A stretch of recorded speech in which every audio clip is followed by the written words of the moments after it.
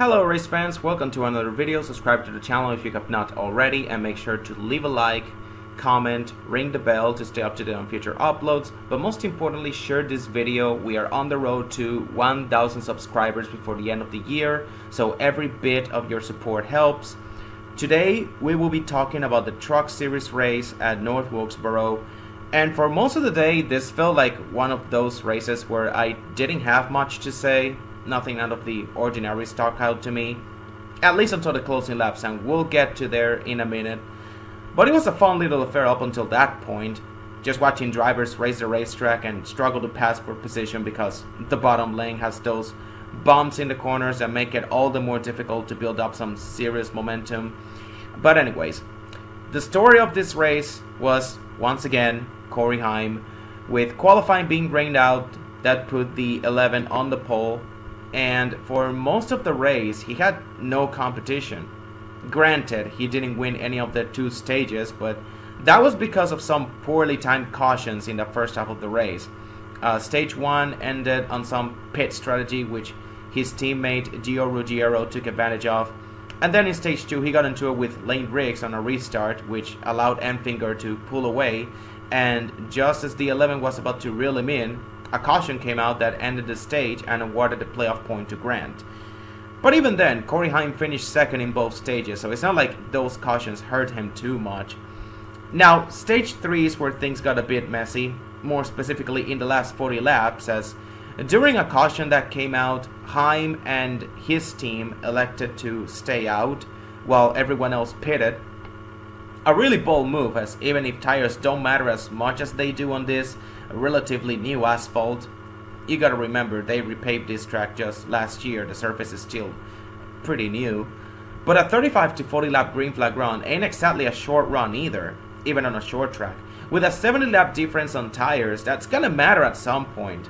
And watching Heim just being unable to pull away from the front row motorsports trucks of Chandler Smith and Layne in the closing laps, I couldn't help but wonder if the 11 team gave this race away.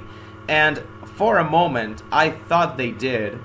Of course, an incident between Brent Cruz and Ben Rhodes, just as the 38 was about to complete the pass for the lead, it allowed Heim to barely hold point for the time being as the race went into overtime once again. Second time in the last 3 races this has happened after having none of that for almost a year, so yay. Also really disheartening for Cruz's race to end like that too, as this was his Truck Series debut, and he really impressed, running in the top 10 for most of the race. He even ran as high as second at one point. I was really expecting him. I believe he was running 5th as well before he got into that incident with Ben Rhodes, so he was in contention for a top 5 there. Again, really heartbreaking for his race to end like that.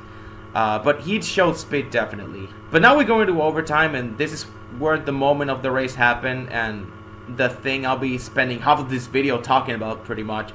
Because on the last lap, after trying his best to hold off both front row trucks, Layne just like he did last week, takes a pick to the inside, sends it into turn 1, tries to do a slide job that doesn't stick, and ends up running Corey Heim way high into the track and spinning him out. Now of course, in a vacuum, this is just an aggressive move gone wrong, and like I said, Corey Heim didn't hit the wall, he didn't get fenced.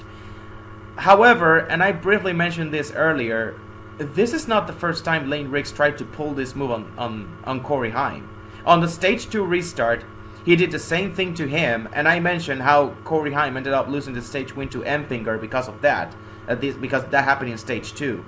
So Layne he didn't just cost Corey Heim a stage win on this race, he also cost him the race win. And the worst part is, he didn't even come out with the win himself, as his teammate Chandler snuck by both of them and stole the win away.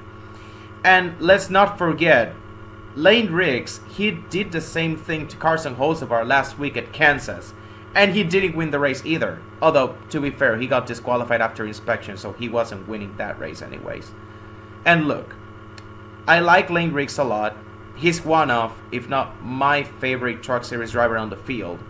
And while I don't think what he did on this specific situation was inherently wrong, again, he just ran Corey Haim up and he got spun out because he got way out of the groove and he was on older tires. But it's the fact that he's starting to build this reputation around him that's starting to really worry me. He's becoming one of those drivers that's going to go all out on the last lap and try and play hero to win. You know, kind of like his father Scott did when he was coming up through the ranks in the early 2000s. And, you know, there's nothing wrong with going all out on the last lap. Some drivers, you know, they risk it all on the last lap to win, and they, you know, they've tried to normalize it and stuff. But you also got to look at the flip side. It's a double-edged sword, and most of the time it's almost always going to end in a lose-lose situation, because you're either going to win the race and gain some enemies in the process, or you're going to lose the race anyways and still gain some enemies.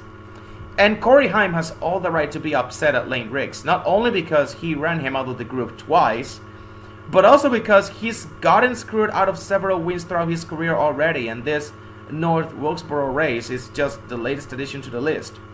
Although, in saying that, you can make the argument that the 11 team threw this one away because of the tire disadvantage they put themselves into by not pitting during that final round of stops.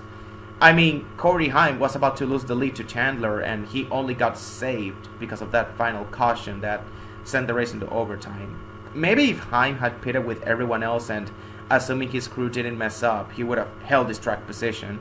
And with fresher tires, even if the race went into overtime, he would have had the fresh rubber to not let either the 34 or the 38 get close to him. Just some food for thought. Regardless, I'm surprised the guy has kept his composure and not thrown hands with anybody yet, because for as talented as he is and as many wins he has tallied up, he could have had so much more. Just this season alone, you can make the argument that Corey Haim should have like 6 or 7 wins already. So huge props to him for just, you know, having a verbal confrontation with him and just leaving it at that, because if I was in his place, I don't know if I would have kept my cool. But yeah, that was quite a race. A nice little appetizer to get things going before the All-Star festivities take place. Although, knowing how the Gen 7 races at these type of tracks, I wouldn't be surprised if this year's edition flops yet again. So we'll just have to wait and see.